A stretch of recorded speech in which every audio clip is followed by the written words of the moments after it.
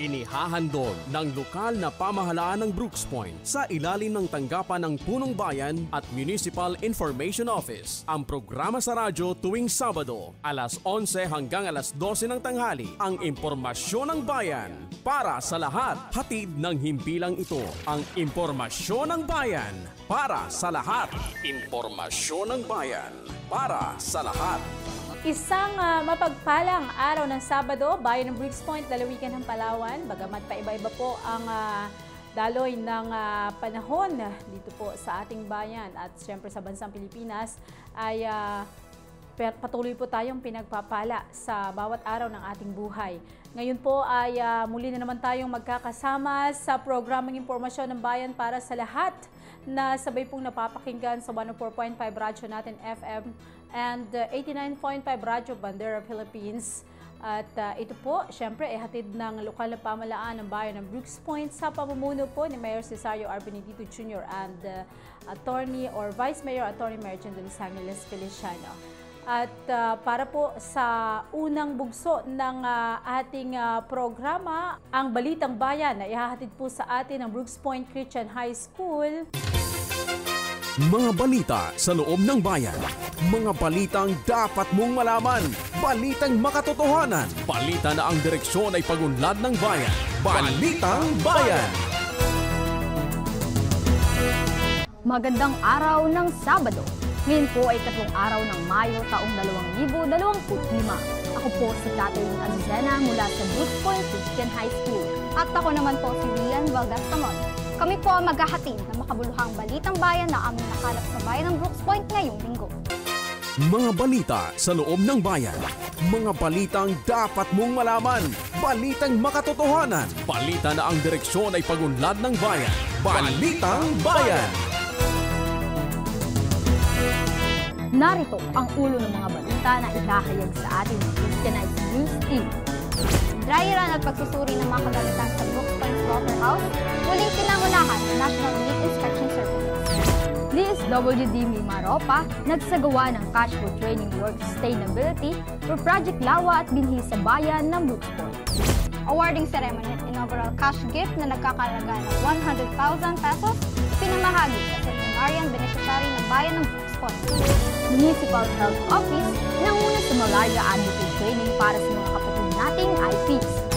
Balikatan Medical Mission sa Felipe D. Irader Elementary School, pinangunahan ng US at Philippine Army. Local Study Mission at Community Immersion sa Pinamungahan, Cebu, masayang dinaluhan ng MCBC. Opisina ng Bids and Awards Committee, formal nang lumipat sa bagong gusali ng pamahalaang lokal ng bayan ng Brooks Point. At obserbasyon ng sambayan ng Katoliko sa Semana Santa ngayong 2025, tutukan. Brooks Point Frontline Sport Team, matagumpay na isinagawa ang Oplan Semana Santa. Magbabalik ang Christianized News Team para sa mga detalye ng Balitang Bayan. Mga balita sa loob ng bayan. Mga balitang dapat mong malaman. Balitang makatotohanan. Balita na ang direksyon ay pagunlad ng bayan. Balitang Bayan. At nagbabalik ang ating Balitang Bayan. Tayo po ay manatiling nakatutok sa programang ito. Para sa ating unang balita, dry run at pagsusuri ng mga kagamitan sa Brooks Point Slaughterhouse, muling pinangunahan ng National Meat Inspection Services. Tunghayan natin ang detalye sa balita ni Christianized News reporter Hera Ayulin. Balitang Bayan. Muling bumisita ang National Meat Inspection Services or NMIS ng Department of Agriculture sa bayan ng Brooks Point upang magsagawa ng dry run at pagsusuri sa mga kagamitan ng AA Slaughterhouse noong gabi ng Lunes, April 22, 2025 sa Barangay Amas, Brooks Point, Palawan. Layunin ng naturang inspeksyon na suriin ang mismong bahay katayan, partikular ang mga ilaw nito, pati na rin ang pagtesting ng mga kagamitan para sa pagkatay ng baboy or hog line at baka or cattle line. Kabilang sa mga nagsagawa ng pagsusuri sa AA Slaughterhouse, sina NMIS Central Office Representative Diosdado D. Nieva at Engineer Dinasil R. Humantok. Gayon din mula sa NMIS Regional Technical Operations Center or RTOC Mimaropa, sina Dr. Jasmine R. Ala, Dr. Migron A. Umali, at John Rafael M. Pedernal. Dumalo rin si Municipal Administrator Edgar Lacandaso upang saksihan ang sinagawang pagsusuri kasama ang mga operator na dati ng sinanay ng NMIS sa tamang pamamaraan ng pagkatay ng karne at wastong sanitasyon ng bahay katayan upang mapanatili ang kaayusan at kalinisan ng pasilidad. Nasasabik na rin umano ang pamahalaang lokal ng bayan ng Brooks Point sa opisyal na pagsisimula ng operasyon at formal na turnover ng AA Slaughterhouse sa kinauukulang ahensya upang mapalitan na ang mga lumang bahay katayan na matatagpuan sa Sitio Balacan, Barangay Pangubilyan na higit 50 taon nang ginagamit ng mga lokal na magkakatay ng karne. Hera I. Olid, Brooks Point Christian High School, nag-uulat para sa Balitang Bayan. Salamat, Hera. At sa Balitang Pangbayan, DSWD Lima Ropa nagsagawa ng Cash for Training Work Sustainability for Project Lawa at Binhi sa bayan ng Brooks Point. Para sa detalye, narito si Christianites News Reporter Pauline G. Bonales. Balitang Bayan. Katuwang ang Office of the Municipal Agriculture OMA, Municipal Social Welfare and Development Office o MSWDO, at Municipal Disaster Risk and Reduction Management Office o MDRRMO, muling pinangunahan ng Department of Social Welfare and Development o DSWD Field Office Mimaropa ang pagpapatupad ng Cash for Training or Work Sustainability para sa Project Lawa o Local Adaptation to Water Access at Binhi, Breaking Insufficiency Through Nutritious Harvest for the Impoverished noong Martes, Abril 22, taong kasalukuyan sa Octagon Plaza, Barangay Poblacion District 2, Brooks Point, Palawan. Lalo pang naitaas ang layunin ng proyekto sapagkat bukod sa adhikaing makapaghatid na sustainable livelihood sa pamamagitan ng pagtatanim ng iba't ibang uri ng gulay sa bawat barangay, ay isinama rin ang programang Cash for Training bilang karagdagang benepisyo sa mga kwalipikadong kalahok. Sila ay sumailalim sa 5 araw na workshop session at 15 araw ng aktwal na pagtatanim ng mga gulay. Tumanggap na ng cash payout na nagkakahalaga ng 7,000 pesos ang 250 benepisyaryong nakatapos ng kabuoang 20 araw ng training or work sustainability at assessment activities sa Octagon Poverty. Kabilang sa mga benepisyaryo ang mga miyembro ng sektor ng vegetable farmers, senior citizens, persons with disability, solo parents, at indigenous people. Sa naturang programa, naging panauhing tagapagsalita sina PDO1 Provincial Focal Person, Hannah May Del Valle, PDO1 Fernando Rapsing, at Social Worker 3 Regional Office, Jana Mariel Geronimo. Ibinahagi nila ang mga kaalaman ukol sa tamang proseso upang mapaunlad ang mga nasimulang kabuhayan at kung paano ito mapapanatili sa paglipas ng panahon. Noong nakarang taon, ginawaran ng pagkilala ang mga magsasaka mula sa Barangay Malis dahil sa kanilang kasipagan at tagumpay sa pagtatanim at dami ng naaning gulay. Sila lamang ang barangay na nagpatuloy sa pagpapatupad ng proyekto, kaya't muli sila nabigyan ng karagdagang pondo upang palawakin pa ang kanilang taniman na malaking tulong sa kanilang pang-araw-araw na kabuhayan. Pauline G. Bonales, Brooks Point Christian High School, nag-uulat para sa Balitang Bayan.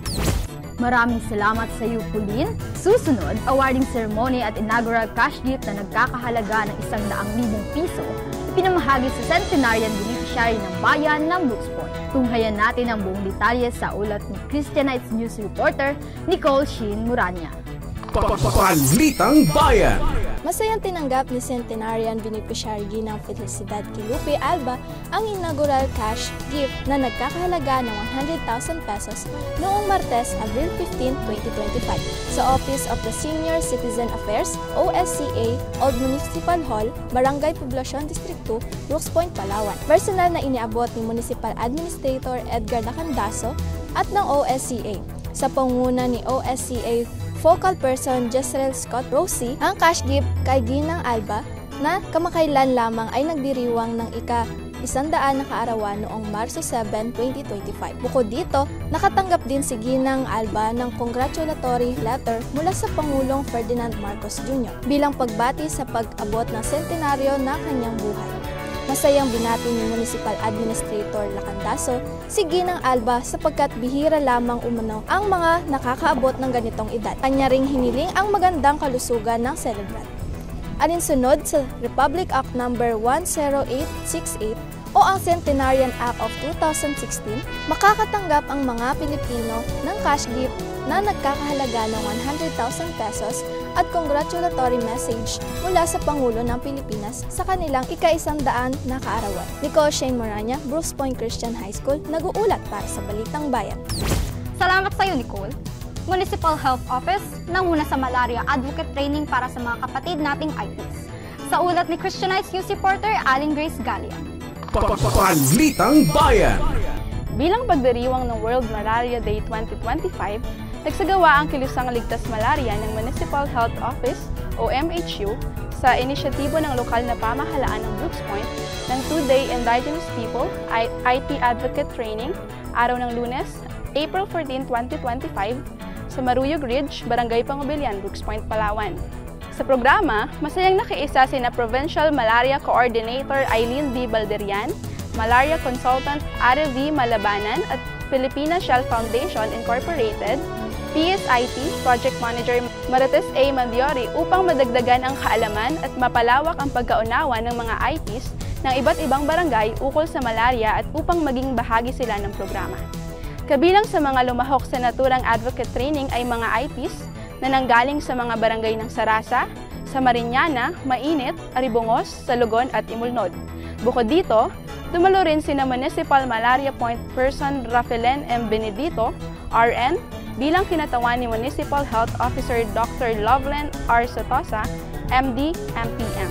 Naniniwala ang lokal na pamahalaan ng bayan ng Brooks Point na mahalaga ang ginagampan ng tungkulin ng mga kapatid nating miyembro ng IPs sa pagsugpo at pamamahagi ng pagkaunawa at kaalaman patungkol sa lumalagong kaso ng malaria, kung kaya't nararapat lamang na mapabilang sila sa advokasiyang pangkalusugan katulad nito.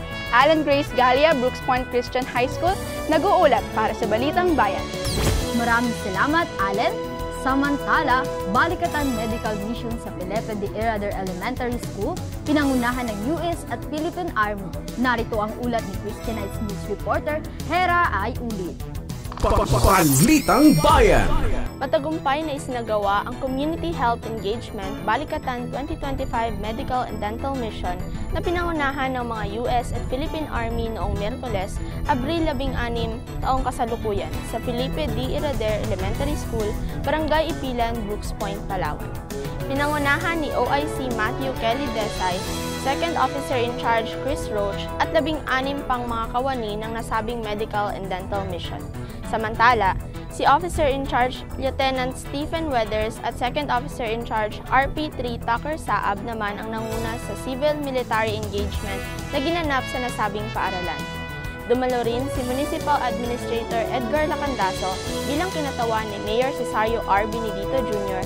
sa nasabing programa kasama ang Barangay Ipilan Council sa pangunguna ni Kapitan Honorable Nedsmil A. Basil upang magbigay suporta sa nasabing medical and dental mission na lubhang makatutulong sa mga mamamayan ng naturang barangay. Sa mensaheng iniwan ni Municipal Administrator Lacandaso, kanyang pinasalamatan ang mga US at Philippine Army na nanguna sa naturang Balikatan Medical Mission dahil nakapagpaabot sila ng tulong sa mga mamamayang nangangailangan ng atensyong dental at medikal. Sa pamamagitan nito umano ay nakatutulong sila sa pagtataas ng kalidad ng pamumuhay ng mga residente ng Barangay Ipilan. Hera ay Olid, Brooks Point Christian High School. Nag-uulat para sa Balitang Bayan. Salamat sa iyo, Hera.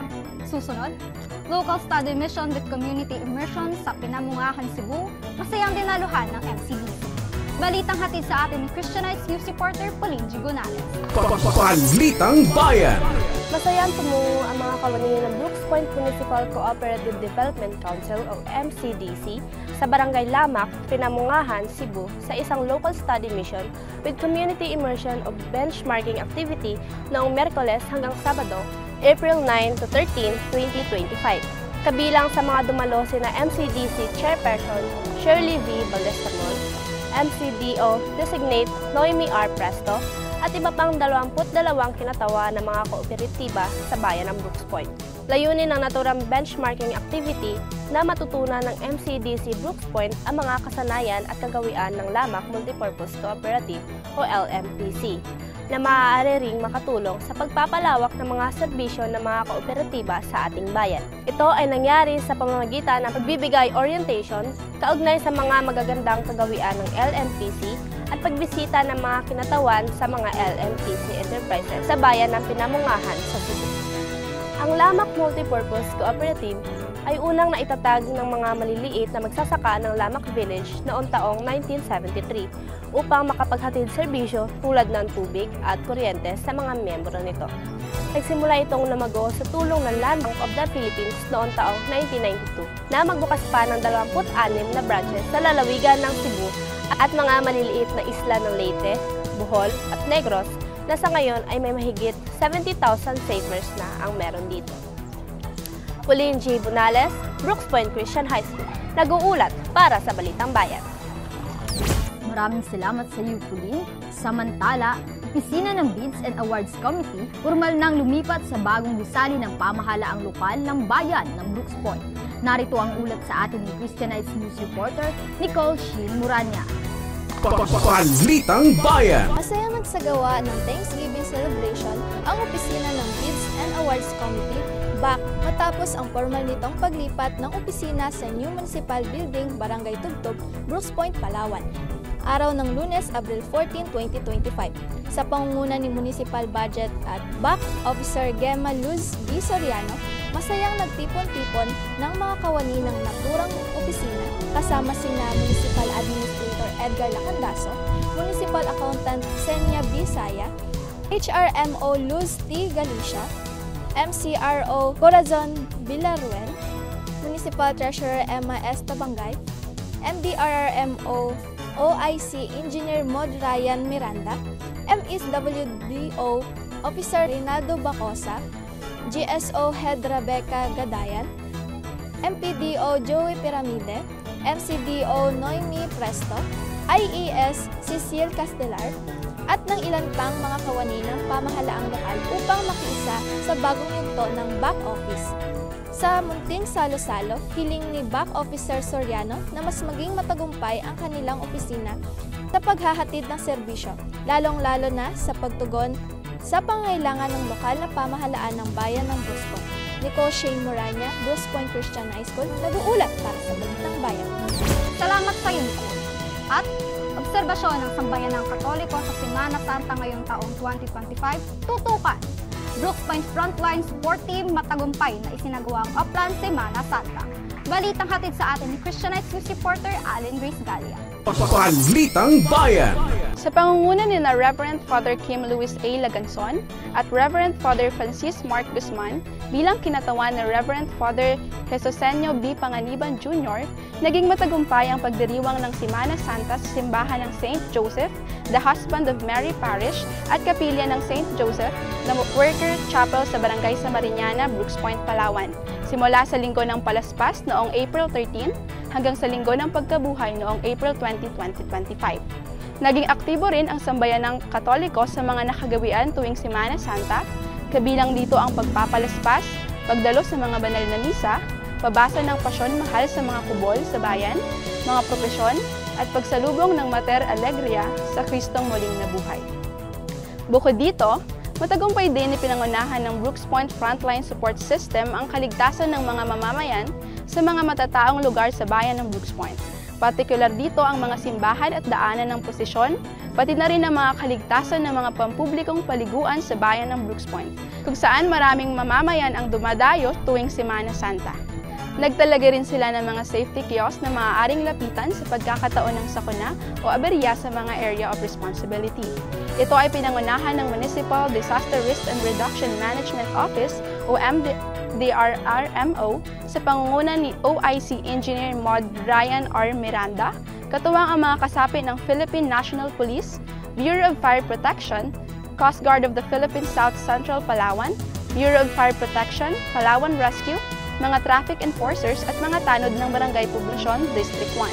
Naging matagumpay naman ang Brooks Point Frontline Support System sa kanilang Upland Semana Santa 2025 at walang naitalang aksidente o aberya sa naturang pagdiriwang.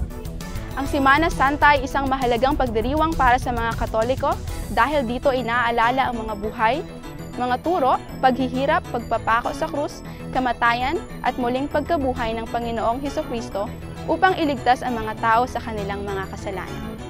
Allen Grace Galia, Brooks Point Christian High School, nag-uulat para sa Balitang Bayan. Maraming salamat, Allen. Manatiling nakatutok sa pakikinig at panunood ng ating programang Impormasyon ng Bayan para sa lahat. Susunod na sa ating programa ang Talakayang Bayan. Ako po si Catherine Azuzana. At ako naman po si Rian Valdestamon. Kami po muli ang Brooks Point Christian High School o ang Christianites News Reporters na naghahatid ng Balitang Bayan. Mapagpalang araw sa lahat, Bayan ng Brooks Point. Mga balita sa loob ng bayan. Mga balitang dapat mong malaman. Balitang makatotohanan. Balita na ang direksyon ay pag-unlad ng bayan. Balitang Bayan. Maraming salamat Brooks Point Christian High School sa inyong mahusay na paghahatid balita sa mga mamamayan ng bayan ng Brooks Point at sa lahat po na naaabot ng ating programa.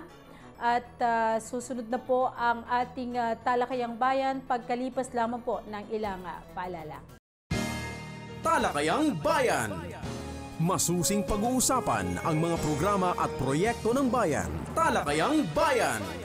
Ilalahad ang mga plano at direktiba ng pamahalaan. Pag-aaralan ang bawat anggulo ng sitwasyon. Lilinawin ang bawat issue. Magbibigay ng matalino at makabuluhang talakayan. Talakayang Bayan. Muli po tayo nagbabalik sa ating programang Impormasyon ng Bayan para sa lahat. At sa ngayon po ay nasa ikalawang segment na po tayo ang Talakayang Bayan. At this point of time ay napakapalad po natin.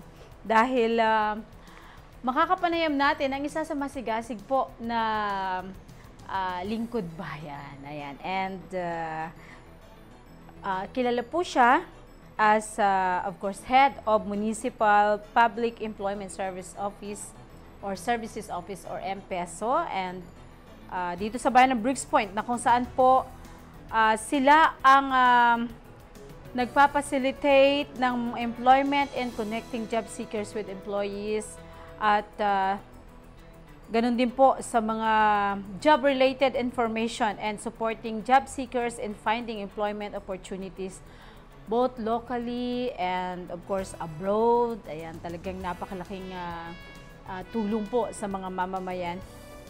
And they also offer service like career guidance and counseling. Also pre-employment orientation at iba pa.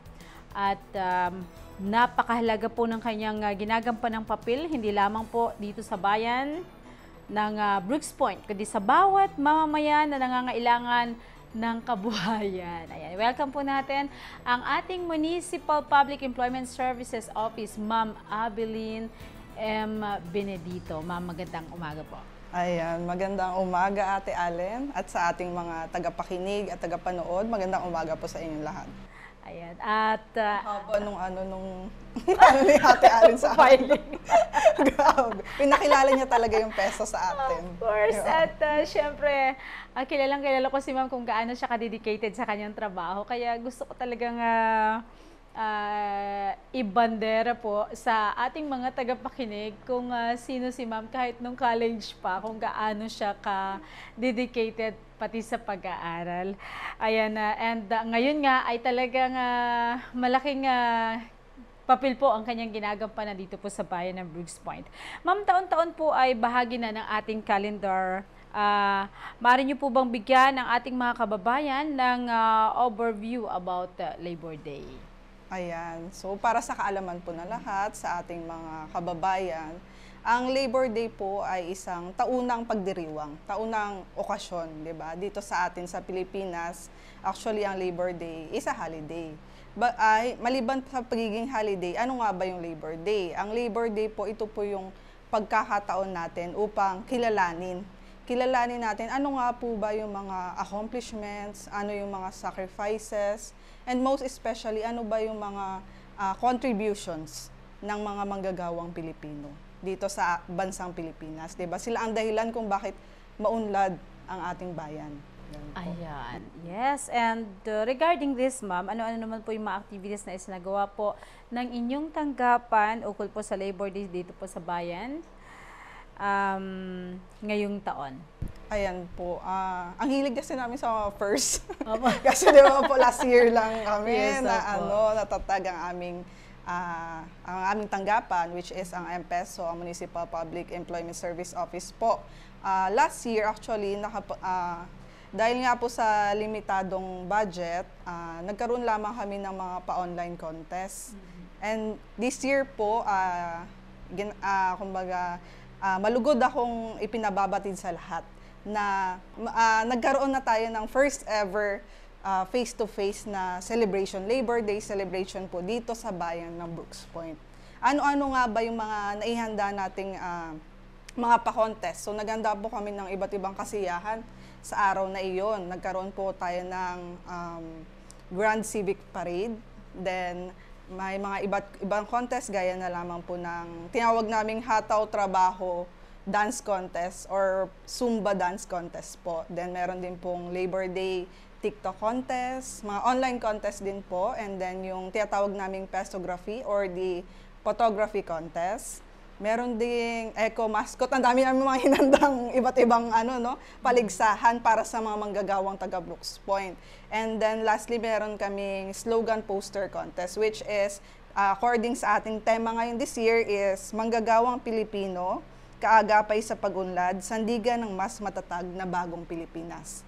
So yun po yung mga naihanda naming iba't ibang contest, and meron din kaming raffle draw para sa mga umattend na mga employees, workers sa iba't ibang establishments.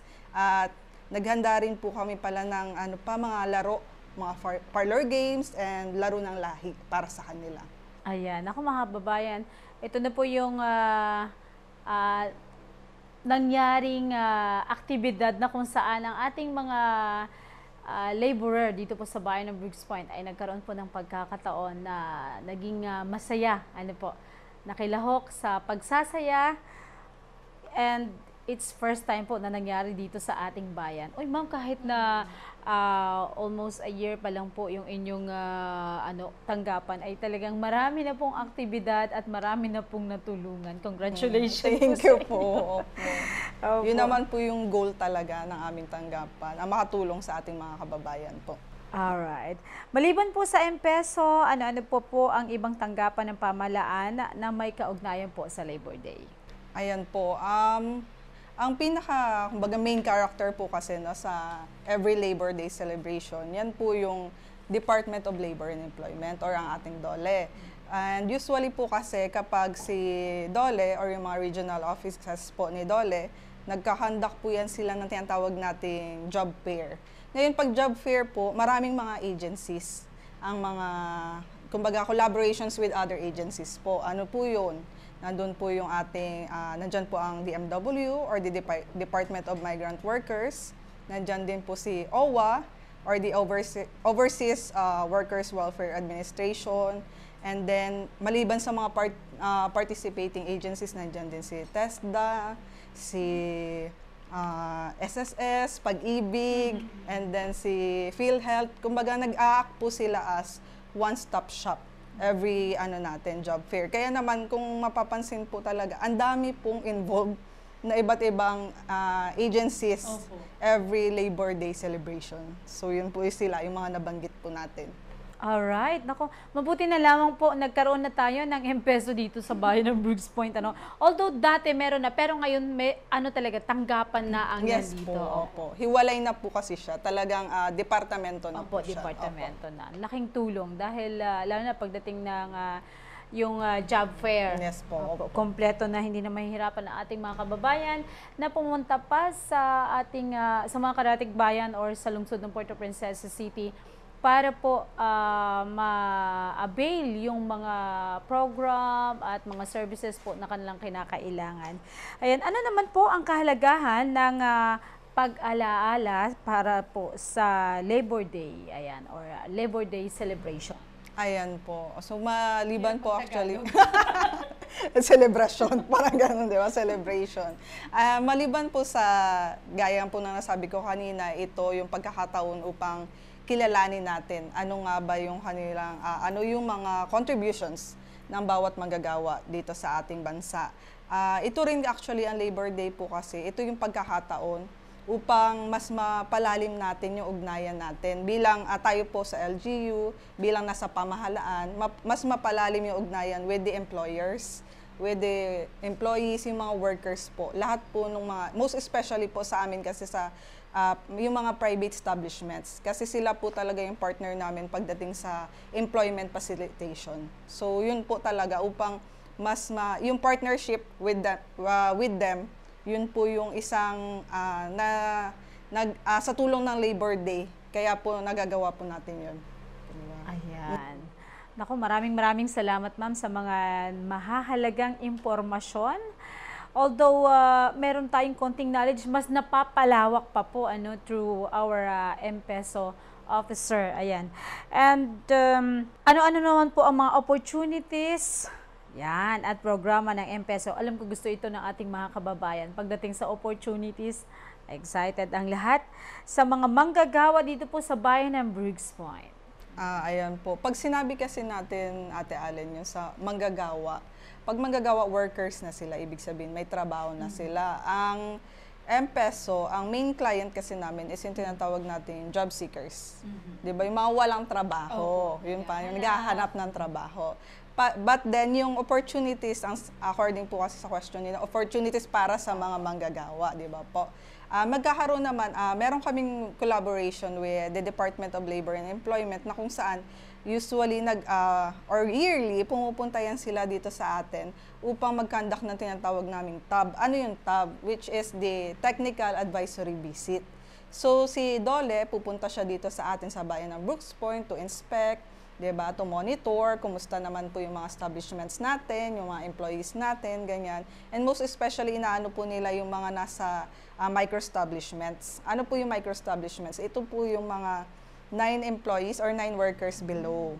Yun po yung mga minomonitor talaga. Kasi usually sila yung sinasabi, yung mga small, medium to small, micro, medium enterprises. Kasi di ba sila yung vulnerable kapag madaling magsara, ganyan. So sila po talagang tinutulungan para at least ma-maintain, ma-sustain po yung kanilang livelihood, yung kanilang pinagkakakitaan. But then maliban po dyan sa TAB, nagkakaroon din naman po tayo ng mga skills training for them. Like for example, last year, meron po kaming training in collaboration naman with the MDRRMO na nagkaroon kami ng basic first aid training kasi ito po ay isa sa mga requirements ng ating mga establishments. And baka this year po, hopefully this year, magkakaroon po kami ng another first aid training for them. And marami pang ibang skills training. Kaya nga, actually, ini-encourage ko rin yung ating mga kababayan, most especially mga naghahanap ng trabaho na kumuha po kayo ng national certificate from TESDA. Kasi ito talaga yung makakatulong sa inyo. Kumbaga, ito yung bala ninyo, alas ninyo, di ba, sa pag-apply sa trabaho. Lalo na dito po sa atin sa bayan ng Brooks Point. Kasi mostly, ang ating mga vacancies po is in the technical level po. Yun yung mga hinahanapan ng mga NC2. So, mga ganun po. And then, another opportunity siguro, patuloy naman yung aming mga livelihood. Nandyan po yung aming food cart, nandyan yung aming startup, then tapos meron din po kaming mga opportunities para sa mga kabataan, gaya na lamang ng patuloy yung paghanap namin ngayon ng mga SPES, and then GIPs or yung government internship programs, at patuloy pa rin yung pagkakaroon namin ng career education sa mga kabataan. So yan po yung ilan sa mga opportunities na meron po ang aming tanggapan na maaari po kapag may mga questions po kayo, wag po kayong mag-atubili na bumisita po sa aming opisina. Ayan. And alam natin na napakarami pong opportunity ngayon ng mga libreng pa-training ng TESDA. Kaya ayan, inaanyayahan ko po kayo na palagi rin i-check po yung page ng MIO and of course ng M-Peso dahil marami na pong natulungan. At sa pagkakaalam ko, ma'am, hindi lang ang mga mamamayan ng Brooks Point, maging mga karatig bayan. Opo, yes po. Maraming pumupunta sa amin, mga taga Batarasa, Quezon, naghahanap ng trabaho. Kahit lalo na nung job fair, magugulat ka na lang maraming ibang taga-ibang bayan na pumunta talaga. Galing, ano? Ayan. Anyway, welcome po ang lahat na sa M-Peso. Ako na yung nag-welcome sa kanila, mama. No? Taga M-Peso ako. welcome po kayong lahat sa aming opisina. Anyway, mga kababayan, kasi nasabi ko yun, ma'am, dahil napansin ko na very much welcome po sila. Talagang nabibigyan katugunan po yung kanilang mga inilalapit. Though pina-prioritize naman po natin yung mga taga Brooks Point, pero hindi po sarado ang aming tanggapan para sa ibang mga karatig bayan po. Ayan.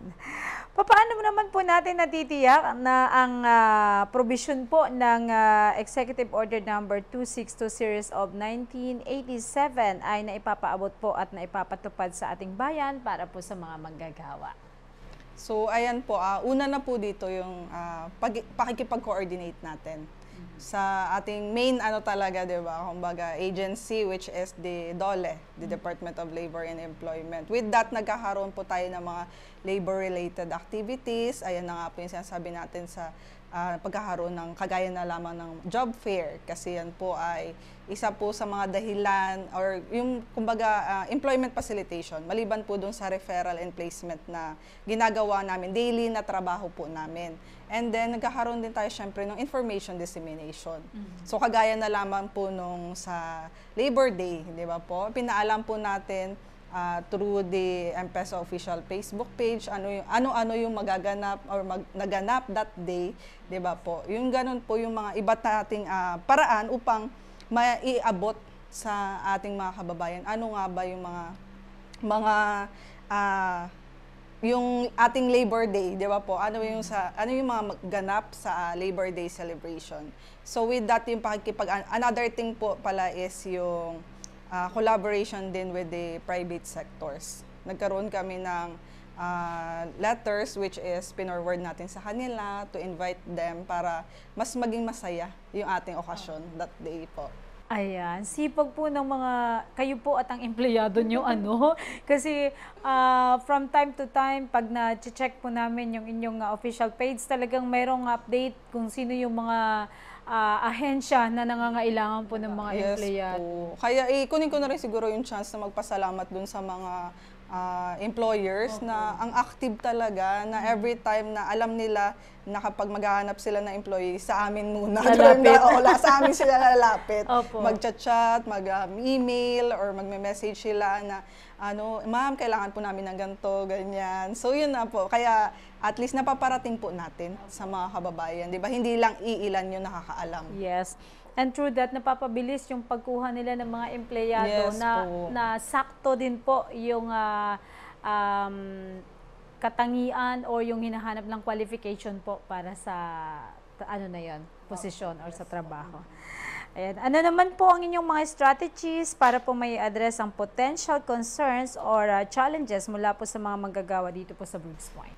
Okay po. Ate Allen, actually, pag concerns kasi, ayan, nakapag-encounter na rin tayo ng mga ganyan, di ba? First things first po, nagkaroon tayo syempre ng unit sa ating opisina. May iba't iba kasi iba't ibang, kumbaga, yung aking mga staff kasi may iba't ibang trabaho na nakatalaga sa kanila. So nagkaroon tayo ng unit which is yung tinatawag ko na labor relations. Ano to? Yung labor relations po, once na halimbawa may magreklamo, concerns, 'di ba? May concern si employee. Alam na nila kasi alam na, nakilala na, at least paano nakilala na yung peso. Pupunta sila sa aming tanggapan. Nagkaroon kami ng mga gantong experiences back then. Actually, kahit 1 year pa lang kami, nagkaroon na kami ng gantong experience. Pupunta sila sa aming tanggapan. Ngayon magsasabi sila doon, ma'am, may ganito, may problema kami. Usually, ano yung problema po nila? Hindi sila napasweldo ng tama, di ba po? Hindi sila napasweldo ng tama. Ngayon, ang gagawin natin, syempre, magkakaroon tayo doon ng consultation. Sila magkakaroon ng consultation, interview, anong nangyari, ganyan po. And then, syempre, hindi naman po doon magtatapos. Yes. Kakausapin natin, syempre, yung ipapatawag natin yung kabilang side. Kakausapin natin, ano pong nangyari, ba't hindi napasweldo ng tama si employee, ganyan. And then, saka po natin i-address, iaayos po natin kung saan sila magtatagpo pareho, kung ano ba, papayagan ba na ganito, bayaran na lang, or okay na ba yung kung talagang natin kasi i-assess natin yung situation. Kung kulang, kung talagang hindi napasweldo, syempre kailangan maibigay ng tama, 'di ba? Kasi yun ang isa sa mga karapatan ng ating mga empleyado, ng ating mga workers, ang sumweldo ng tama. And then, pero kasi may mga cases po kami na hindi natin ma-solve within the office lamang. Kaya ito na po yung pagkakataon na talagang iaakit na namin sa higher ups, which is yung DOLE po. Ngayon po, i-forward na namin yung case kay DOLE or the Department of Labor and Employment at sila na po yung magkakaroon po sila ng investigation with regards to that. Kasi meron po silang mga inspector talaga pagdating sa mga ganyang klase. So yun po yung sa mga concerns, 'di ba? Kapag nagkaroon po kayo ng problema within the yung sa inyong establishments, wag po kayong mahiyang pumunta sa aming maaari po namin kayong matulungan. Pero pagdating naman po sa mga challenges, pagdating sa ating mga manggagawa, ang aming kasing problema talaga po dito, yung skills mismatch. Doon talaga kami nahihirapan, yung pagdating sa mga naghahanap ng trabaho. Okay. 'Di ba? Kasi hindi talaga, yun nga yung sabi ko, kaya talagang gusto ko encourage na kumuha kayo ng national certificate. Kasi importante yun. Kasi nga yung sabi ko, more on technical po yung mga available na vacancies dito sa Brooks Point. Kaya yun po yung isa, kayo, ang tawag dito, kumuha kayo ng national certificate with the TESDA po. And another thing is yung labor education.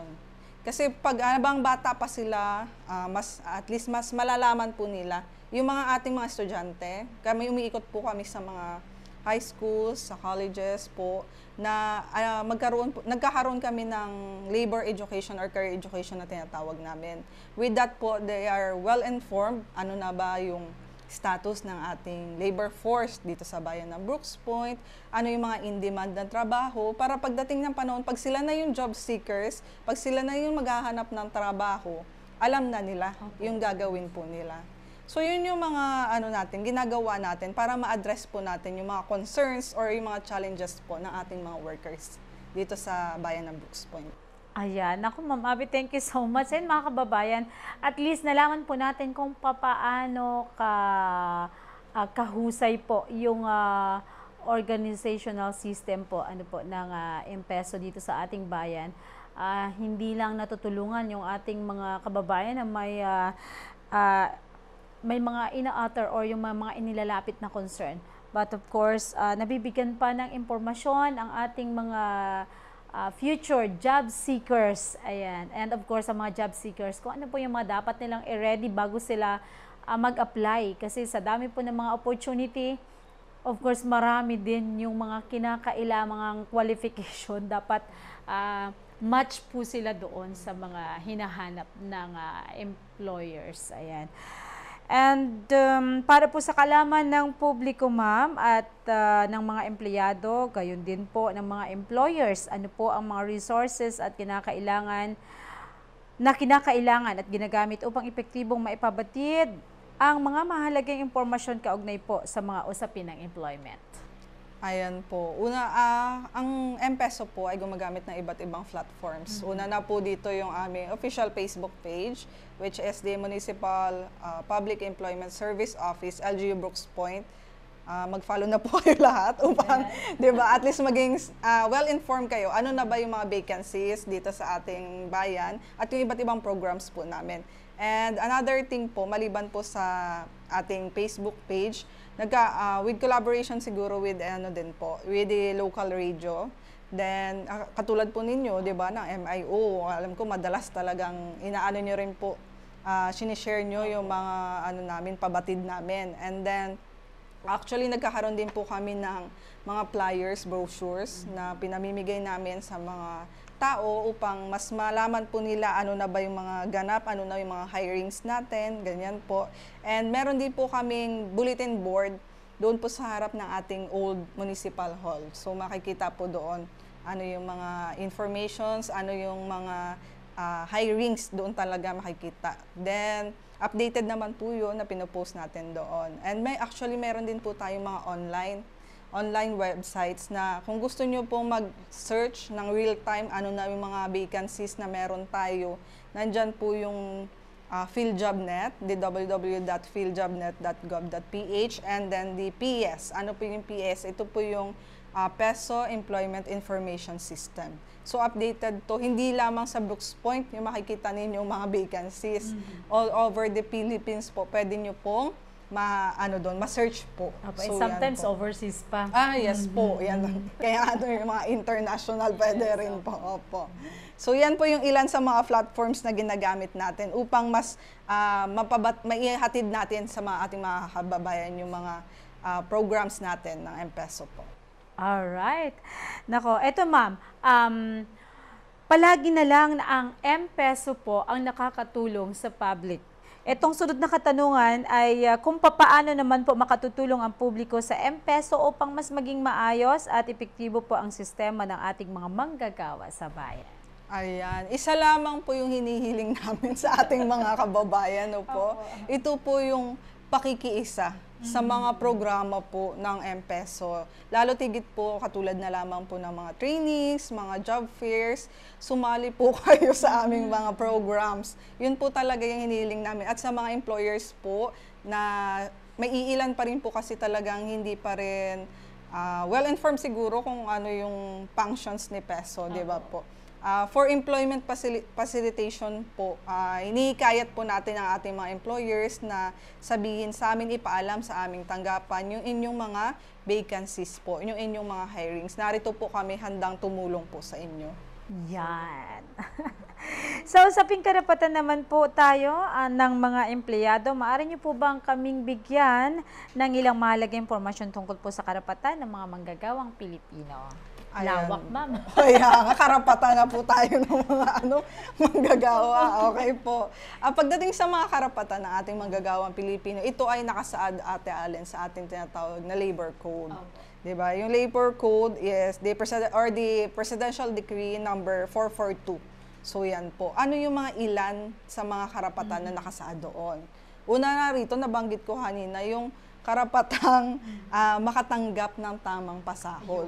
Diba? Ilan na nga ba yung basic natin ngayon, salary dito sa sa Mimaropa. So ang basic salary po natin is nasa 430 na po. So daily po 'yun ha. Naasahan ko sa ating mga employers po na nakikinig na sana po 430 na yung basic salary natin. And then ito po yung karapatang magkaroon ng ligtas at maayos na pagtatrabahuan, di ba po? Yung lugar na pagtatrabahuan. And then karapatan, mayroon din po silang karapatan din nilang bumuo or sumali sa mga union o samahan, po pwede po yun. Isa pa po dito is yung karapatan din po nilang hindi dapat sila ma-discriminate sa trabaho. Di ba po? Bawal po yun. So, and lastly, yung isa sa mga pinaka-importante is yung karapatan po ng ating mga manggagawa na magkaroon po ng iba't ibang benepisyo. Ano po yun? Yung ating SSS, pag-ibig at saka PhilHealth.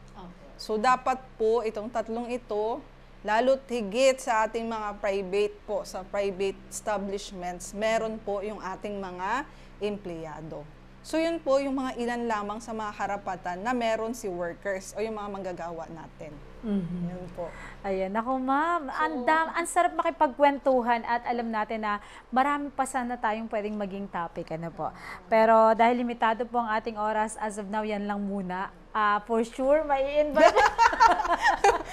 Sakala ko next year na pa.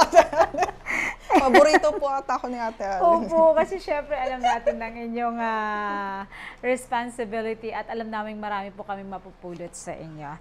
Maraming salamat po ma'am sa mga mahahalagang impormasyon na inyong naibahagi. Baka po may mga kadagdagan po kayo, nasa inyo po ang pagkakataon. Ayan po. Una sa lahat, nais ko magpasalamat sa MIO sa palaging pag-invite. Laging pag-invite sa akin na po. At ito po, nais ko po mag-iwan na mensahe para sa ating mga manggagawa. Manggagawa, lalo dito sa Brooks Point. Diba? Sa lahat po na manggagawa sa Brooks Point, kayo po ang tunay na bayani ng ating bayan. Naway po, patuloy po nating suportahan ng isa't isa at sama-sama po nating itaguyod ang isang matatag, maginhawa at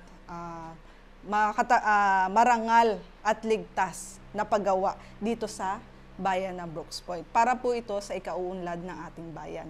So yun po, maraming salamat po sa inyong pakikinig sa umagang ito.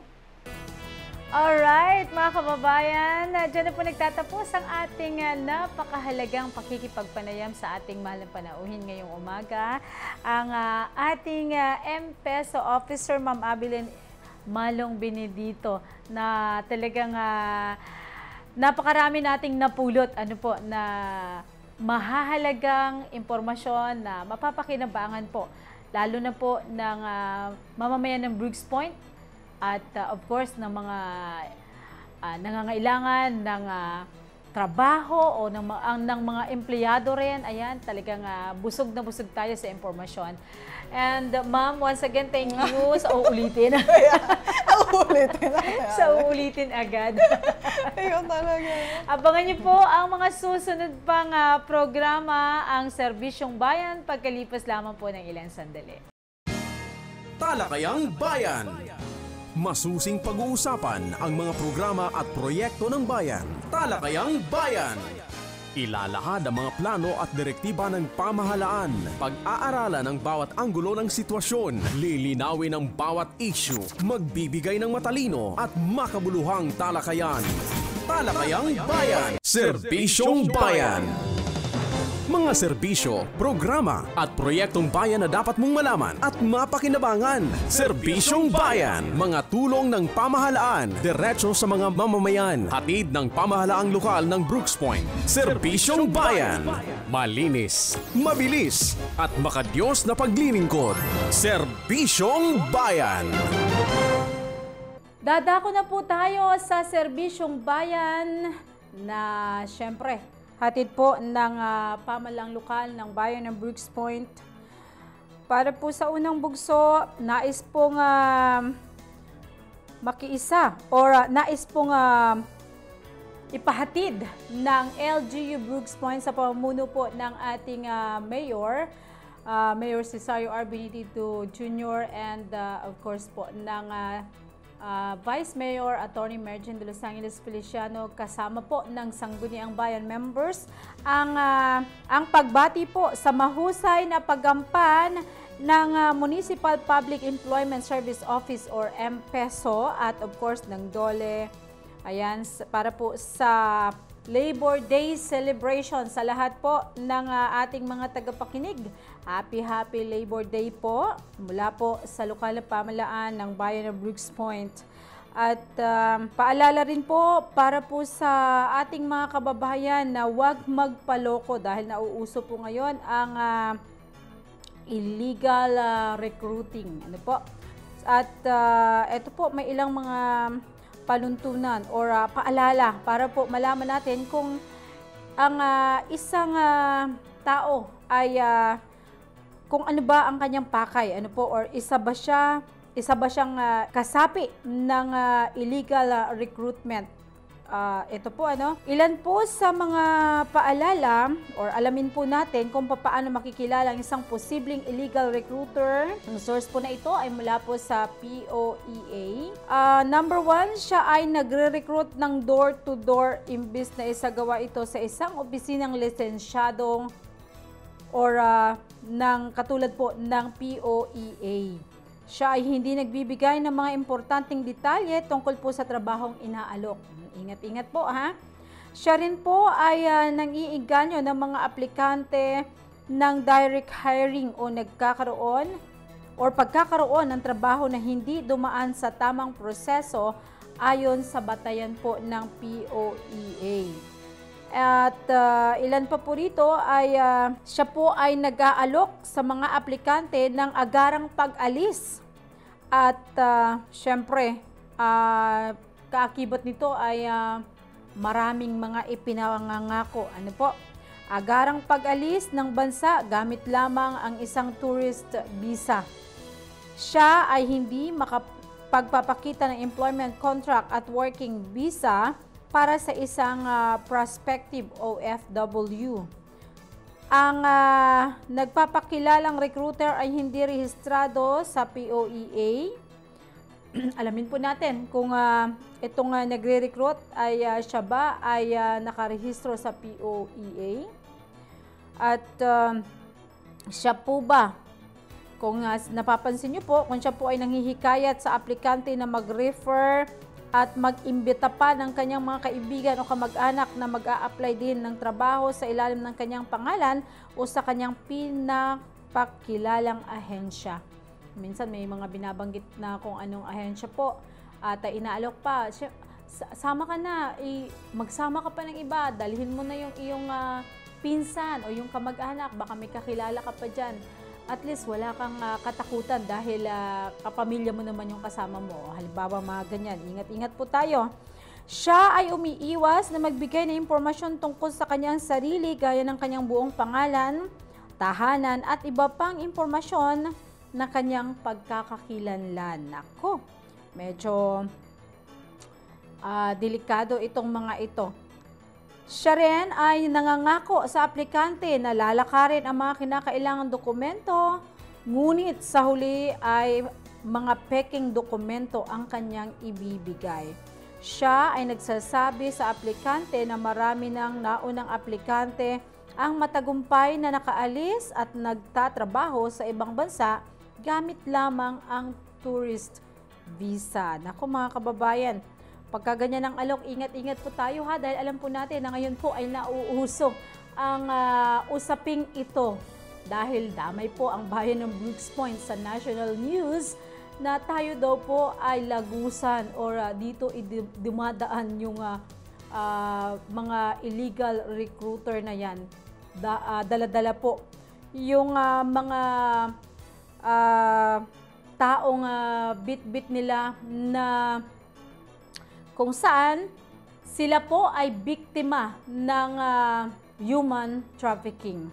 Alright, tuloy-tuloy po tayo mga kababayan. Ayan, sa mga may ganong modus po, kung inyo pong mapapansin or inyo pong napansin na may mga ganon sa inyong kapaligiran or may mga taong nanghihikayat katulad po ng mga nabanggit, kung maaari lamang po na isumbong o tumawag sa mga numero katulad ng 1343 or mag-email po sa 1343 action line at i-follow po at mag-message sa Facebook fb.com/1343 action line or makikita po yan sa municipal information page dahil yan po ay naka-post din po dahil nais po nating pag-ingatin ang ating mga kababayan. Ano po?